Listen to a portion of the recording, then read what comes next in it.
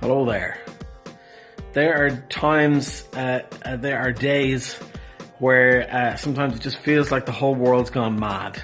So I'm going to give you 5 things right now for when you're feeling like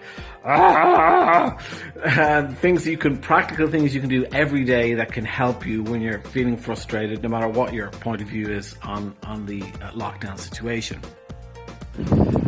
So as you can see, it's not the most pleasant day here in the park. It's windy, it's raining, but I'm making it work. And here in front of me I have my cards, as you see, on my bag. And as you can see, I've got my feet here on the ground. Woohoo! Grounding as we pull cards. So what I'm going to do here is, right in front of you, I'm going to pull 5 cards for these 5 different things.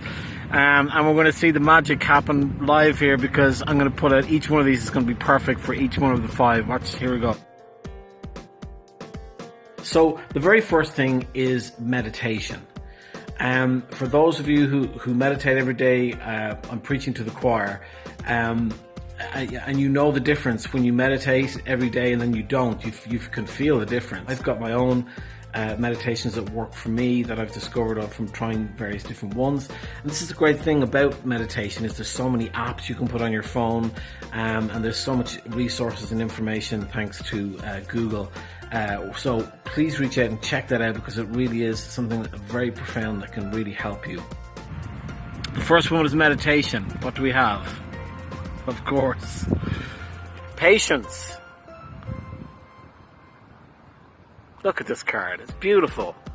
And this is what all of what meditation is about: having patience, breathing, understanding there are cycles, lunar cycles that things have to go through. There's a period of gestation for things to come to fruition. We must be patient. The second thing is prayer. Now, that doesn't have to be a religious prayer.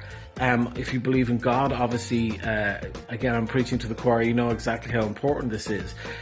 But for me, prayer can also be prayers of gratitude, appreciation for the things that you have in your life, and just taking that little bit of time every day to say out loud, or just to think to yourself your appreciation for the things that you're in your life.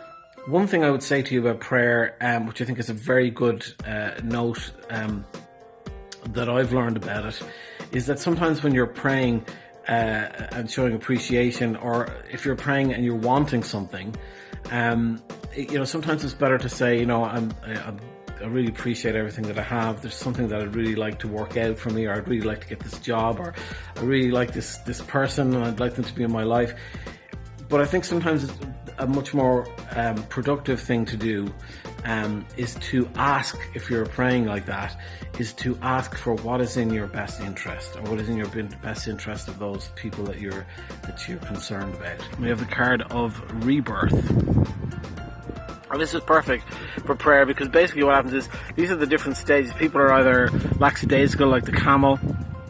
They're roaring because they're angry like the lion. They're furious at God or the universe for the way things are.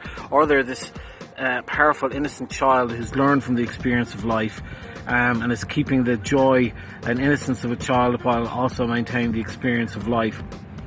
These are different phases that we all go through, and prayer is important for all of them. Whether you're the child saying prayers of appreciation, whether you're the lion trying to make sense of all the craziness of the world, or whether you're the camel afraid to wake up because you're afraid of what you might find, prayer works perfectly. The third thing that I'm going to mention today is journaling. Now, this is a very, very simple thing. There are many different ways of doing it, but it is such a therapeutic thing. I can tell you this for myself. I have a couple of different diaries. I have one that I just write down the kind of, this is what happened today, and I also have other diaries for very specific things, for brainstorming different artistic ideas I'm doing, or for pondering other questions that I have in my mind.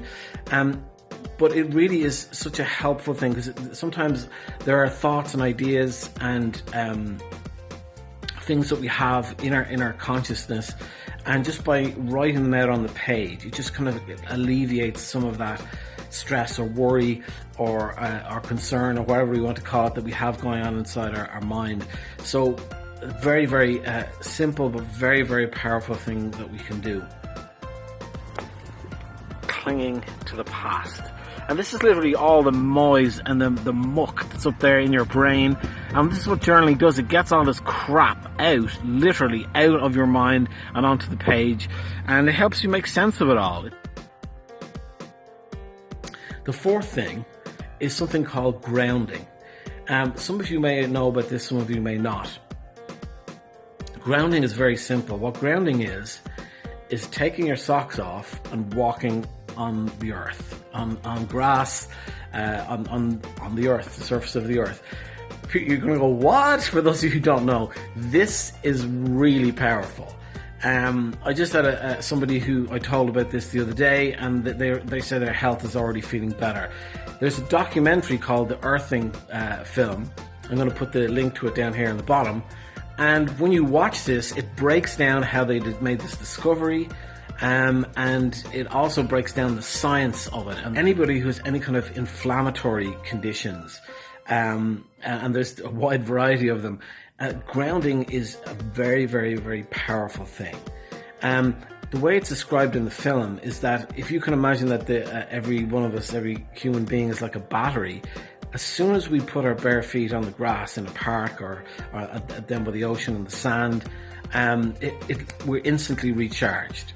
It's and again, you've got to see this film. Intensity, and that's literally, it's the power of the earth, of Mother Earth, coming up into your system. The fifth and final thing is a little bit more involved. You're not going to be able to do it instantaneously, but there's some aspects of it you can. And this is assembling your team. Now, what does that mean? Avengers assemble. But whatever your name, like for me, it's like hashtag Team Hugh. Okay, whatever your hashtag team, whatever your name is, it's getting those people together, identifying who your team is. Now, if we talk, for example, with your friends, you need people who are like your cheerleaders, people who are like, when you call them up and tell them good news, they will be just as excited, if not more excited than you for your wins. And also, when you need somebody just to listen, when you're having a hard time, they're the people who are there and listen without judgment. They're your people. The same thing with your family. There's family members. Sometimes it's your mom, sometimes it's your uncle, sometimes it's your dad. It depends on who it is. Sometimes it's your brother.